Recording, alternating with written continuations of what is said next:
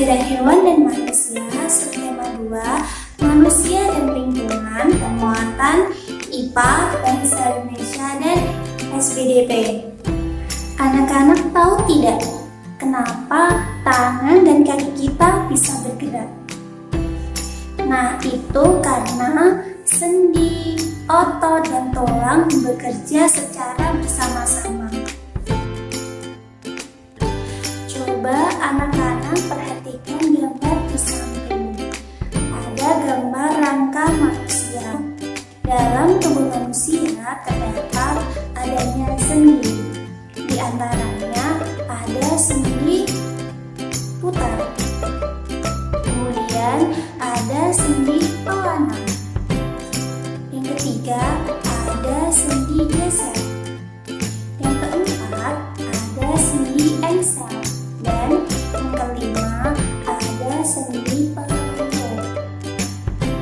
Sendi putar. Sendi putar merupakan sendi yang dapat digerakkan memutar mengelilingi tulang lain yang bertindak sebagai porosnya. Contohnya, pada pertemuan tulang leher dan tulang tengkorak. Sendi pelana. Sendi pelana merupakan sendi yang dapat digerakkan kedua arah, yaitu ke samping dan ke depan. Contohnya, terdapat di antara tulang telapak tangan dan tulang ibu jari. Sendi engsel. Sendi engsel merupakan sendi yang hanya dapat digerakkan satu arah saja. Contohnya, pada pertemuan tulang lengan atas dengan tulang hasta. Sendi peluru. Sendi peluru adalah sendi yang dapat digerakkan ke segala arah. Contohnya, tulang panggul dan tulang lengan atas. Sendi geser. Sendi geser merupakan sendi yang hanya dapat digeser dan gerakannya terbatas. Contohnya, terdapat di antara tulang-tulang pergelangan kaki. Saat kalian olahraga, kalian pernah cedera ataupun kesleo? Cedera atau kesleo itu merupakan gangguan yang terjadi pada otot karena adanya gerakan paksaan pada otot. Jadi, sebelum kalian berolahraga, alangkah lebih baik jika kalian pemanasan terlebih dahulu. Tujuannya apa? Supaya otot, tulang, dan sendi-sendi pada tubuh kalian itu dalam keadaan siap. Anak-anak, berikut ini ada macam-macam gerak otot yang dapat kita lakukan pada saat pemanasan. Pertama, ada gerakan membengkokkan. Contohnya gerakan membengkokkan lutut, siku, dan ruas jari. Selanjutnya ada gerakan meluruskan. Contohnya gerakan meluruskan lutut, siku, dan ruas jari. Kemudian ada gerakan mendekatkan. Contohnya gerakan mendekatkan tungkai dengan tubuh. Kemudian gerakan menjauhkan. Contohnya gerak melentangkan tangan. Kemudian gerakan memutar. Contohnya gerakan memutar lengan. Dan yang terakhir ada gerak menekan ke bawah atau menurunkan. Contohnya gerak menghentakkan kaki atau menekan benda menggunakan tangan. Nah, selain melakukan gerakan pemanasan tadi, untuk mengurangi cedera otot, kita harus menjaga kesehatan otot tubuh kita. Berikut ini adalah cara untuk menjaga kesehatan otot tubuh. Yang pertama, menghindari gerakan yang membebani kerja otot secara berlebihan. Yang kedua, melakukan peregangan atau pemanasan. Yang ketiga, memenuhi kebutuhan cairan tubuh. Setidaknya, kita harus mengkonsumsi air 8 gelas dalam sehari. Yang keempat, mengonsumsi makanan yang bergizi, misalnya telur, susu, sayur, daging, buah-buahan, dan lain sebagainya. Yang kelima, melakukan latihan fisik secara rutin.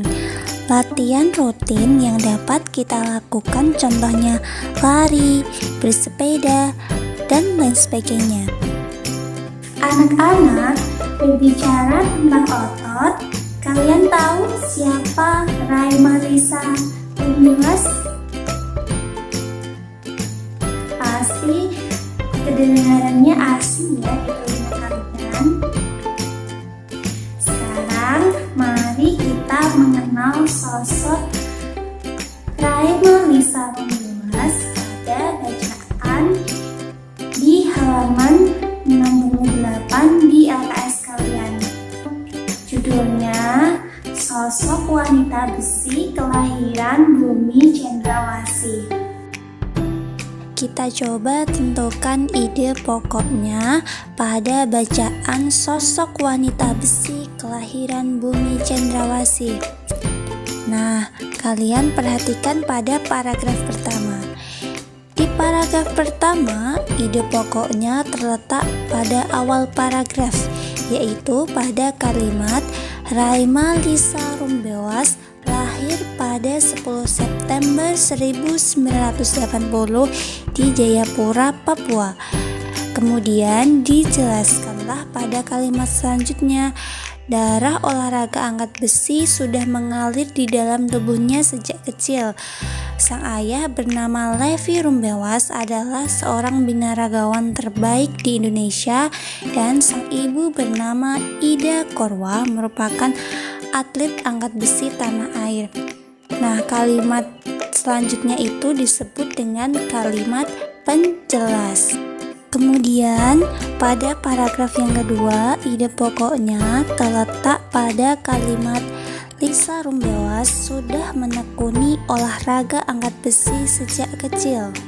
Kemudian, ide pokok dari paragraf yang ketiga terletak di awal paragraf pada kalimat Lisa Rumbewas akhirnya terjun di kejuaraan internasional. Di paragraf keempat, ide pokoknya terletak di awal kalimat, yaitu kegemilangan Lisa Rumbewas terus berlanjut. Di paragraf terakhir, ide pokoknya terletak di kalimat raihan prestasi gemilang tersebut membuat Raima Lisa Rumbewas menjadi andalan cabang olahraga besi Indonesia di ajang internasional. Dan kalimat selanjutnya disebut dengan kalimat penjelas. Coba anak-anak perhatikan gambar berikut. Ada gambar cover buku. Nah, anak-anak masih ingat apa itu cover buku? Dan apa saja unsur-unsur yang terdapat dalam cover buku? Cover buku adalah tulisan dan gambar yang terdapat di halaman terdepan sebuah buku yang bisa mewakili isi dari buku tersebut. Setiap cover buku memiliki beberapa unsur. Berikut ini unsur-unsur yang terdapat dalam sebuah cover buku. Yang pertama ada judul buku. Yang kedua ada kalimat penjelas judul. Yang ketiga ada nama penulis buku. Yang keempat identitas penerbit. Yang kelima gambar yang menarik. Yang keenam sinopsis atau penjelasan isi buku. Dan yang ketujuh identitas pada punggung buku. Nah, identitas pada punggung buku ini memudahkan kalian menemukan atau mencari sebuah buku.